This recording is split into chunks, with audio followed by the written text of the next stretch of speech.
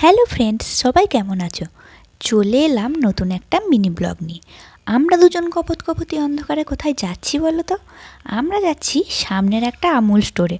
হঠাৎ করে রাত 9টার সময় আমাদের দুজনের আইসক্রিম খাবার ইচ্ছে হলো, তাই বেরিয়ে পড়লাম। আইসক্রিম তো খেলাম, সঙ্গে টুকিটাকি কিছু জিনিসও কিনলাম। এরপর ঘরে এসে দুধের প্যাকেটটা কেটে নিয়ে গ্যাসে বসিয়ে দিলাম।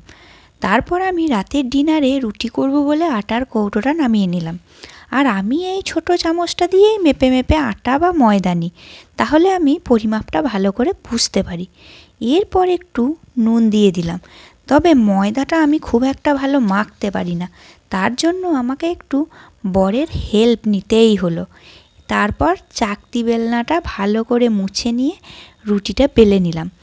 তারপর ডিনারে সার্ভ করে দিলাম গরমাগরম রুটি, সবজি, ডাল, ডিম কষা, সবশেষে সঙ্গে দুটো রসগোল্লা। টাটা।